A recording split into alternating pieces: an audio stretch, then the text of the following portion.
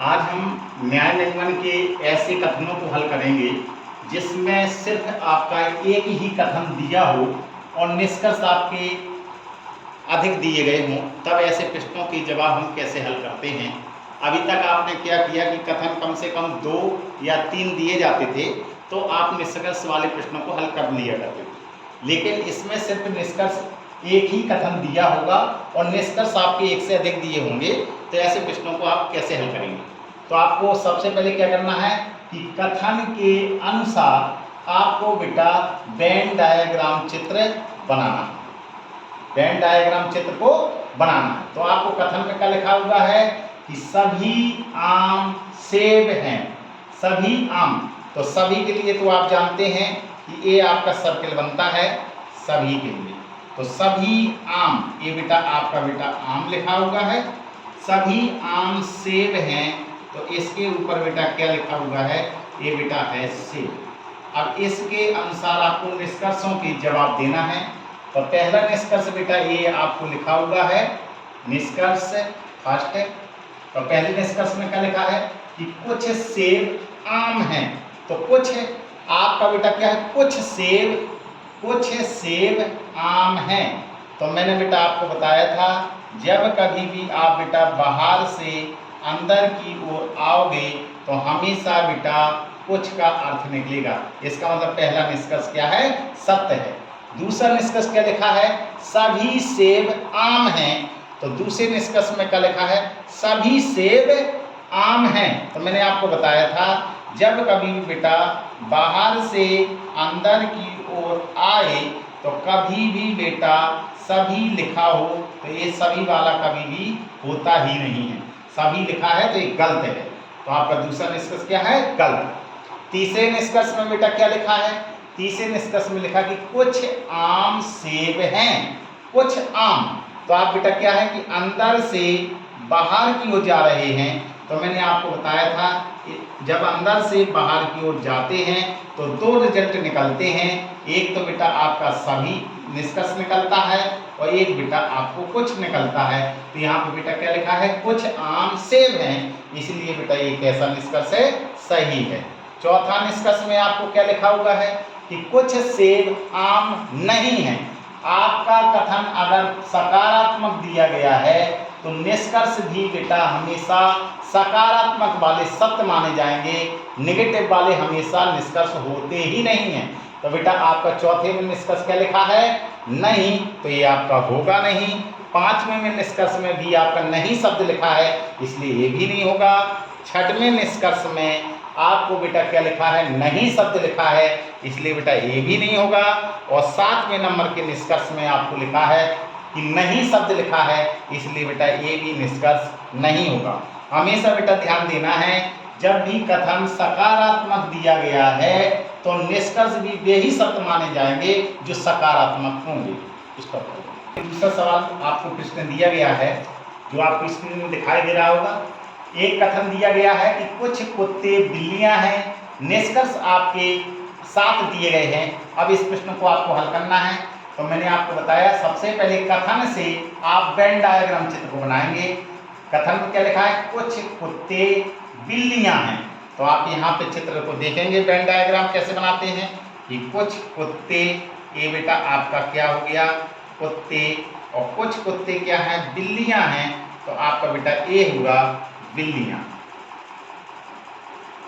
तो आप बेटा निष्कर्ष देखेंगे आप कि निष्कर्ष कौन से सही होंगे। तो आप निष्कर्ष देख रहे होंगे। पहला निष्कर्ष क्या लिखा है कि कुछ बिल्लियां कुत्ते हैं। कुछ बिल्लियां कुत्ते हैं। कुछ बिल्लियां कुत्ते हैं। तो ये आपने देखा कि कुछ का रिलेशन आपका निकल रहा है, इसलिए बेटा आपका पहला निष्कर्ष सही होगा।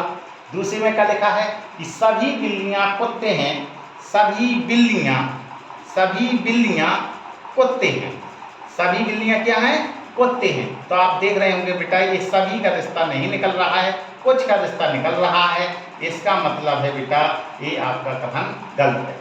दूसरे कथन में क्या लिखा, निष्कर्ष में क्या लिखा है, सभी कुत्ते बिल्लियां हैं। तो आप देख रहे होंगे बेटा सभी कुत्ते बिल्लियां नहीं हैं, कुछ का रिलेशन है। ये भी आपका बेटा क्या है, कथन गलत है। चौथा कथन आपको लिखा हुआ है बेटा क्या लिखा है चौथे में, कोई भी कुत्ता बिल्ली नहीं है। तो आपको मैंने बेटा पहले ही बताया कि अगर बेटा कथन सकारात्मक दिया गया है तो समझ लो कि आपका नकारात्मक वाला वाक्य हमेशा गलत माना जाएगा।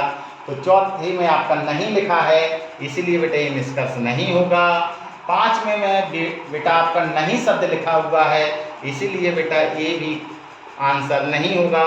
आपका बेटा 6वें नंबर में नहीं शब्द लिखा है, इसलिए बेटा ये 6वां भी आंसर नहीं होगा। और आपको कुछ कुत्ते बिल्लियां नहीं हैं, यहाँ पर भी नहीं शब्द लिखा हुआ है, इसीलिए बेटा ये भी निष्कर्ष आपका गलत होगा। तो इस तरीके से इन प्रश्नों को हल करते हैं। एग्जाम्पल दिया गया है कि आपको लिखा कथन में कुछ कारें बसें नहीं हैं और आपको निष्कर्ष ए लिखे हुए हैं आपको 7। तो आप बेटा सबसे पहले वेन डायग्राम चित्र बनाएंगे। कथन से क्या लिखा है कि कुछ कारें बसें नहीं हैं। तो आप बेटा कभी भी बेटा कुछ नहीं शब्द आ जाए, कुछ नहीं, तो समझ लो हमेशा आपको वेन डायग्राम एक ही बनाना है और ऐसा होता है। और हमेशा हमेशा इस प्रश्न के जो भी निष्कर्ष होंगे वो हमेशा सभी गलत माने जाते हैं। जब भी कभी भी बेटा न कुछ नहीं शब्द लिखा होगा तो हमेशा बेटा इसके निष्कर्ष सभी गलत माने जाते हैं। तो आपको बेटा लिखा कुछ कारें बसें नहीं हैं, तो कभी भी आपको ऐसा प्रश्न कथन में दिया जाए तो हमेशा इसके निष्कर्षों को सभी जितने भी निष्कर्ष दिए होंगे वे सभी निष्कर्ष गलत होंगे।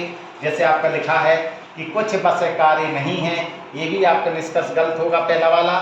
दूसरा निष्कर्ष कोई कार बस नहीं है, ये भी आपका निष्कर्ष गलत होगा। तीसरा लिखा हुआ है कि कोई कार बस नहीं है, ये भी आपका निष्कर्ष गलत होगा। चौथा आपका लिखा कुछ बसें कारें हैं, ये भी आपका आंसर बेटा गलत होगा। आपका लिखा कुछ कारें बसें हैं, ये भी बेटा आंसर आपका गलत होगा। आपका लिखा सभी कारें बसें हैं, ये भी आपका बेटा आंसर गलत होगा। 7वें में लिखा सभी बसें कारें हैं, ये भी बेटा आंसर आपका गलत होगा। तो आप बेटा मोटा मोटा ये सीखिए कि कभी भी आपका कुछ नहीं शब्द लिखा होगा तो हमेशा उसके निष्कर्ष सभी गलत माने जाते हैं।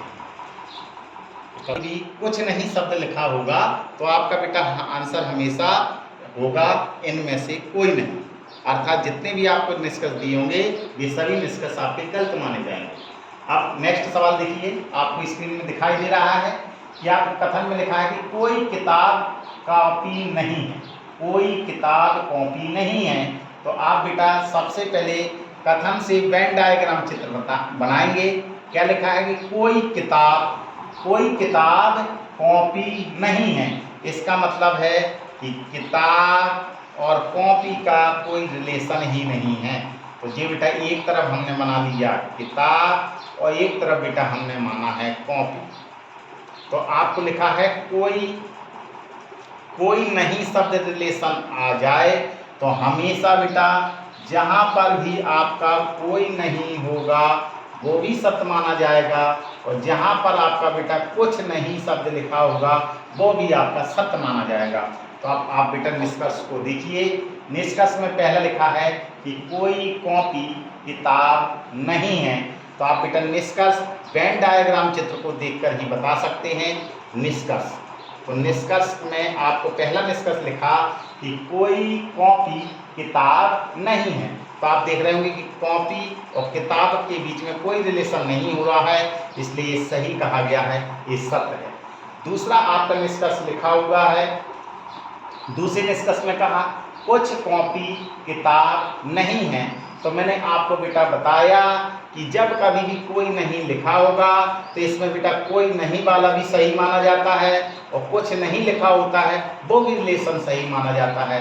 तो आपको बेटा लिखा कि कुछ कॉपी किताब नहीं है, कुछ कॉपी किताब नहीं है। तो ये आपका बेटा क्या है, रिलेशन सत्य है। तीसरा आपसे कहा गया कि कुछ किताब कॉपी नहीं है, कुछ किताब कॉपी नहीं है। तो आपका तीसरे में बेटा क्या लिखा हुआ है कि कुछ जो किताब हैं वो कॉपी नहीं है। तो मैंने कहा था कि जब कोई नहीं लिखा होता है तो उसका दो ही आंसर होते हैं, कोई नहीं भी सत्य माना जाता है और कुछ नहीं भी। तो यहाँ पर भी कुछ नहीं शब्द लिखा है इसलिए भी सत्य है। आपका चौथे में क्या लिखा है कि सभी किताबें कॉपी हैं। आप देख रहे होंगे बेटा यहाँ पे नकारात्मक है और यहाँ पर आपका बेटा सकारात्मक है, तो हमेशा बेटा सकारात्मक कथन का आंसर सकारात्मक होता है, नकारात्मक का आंसर नकारात्मक होता है। इसमें बेटा नकारात्मक दिया गया है और इसमें बेटा निष्कर्ष में सकारात्मक दिया गया है, इसलिए गलत है।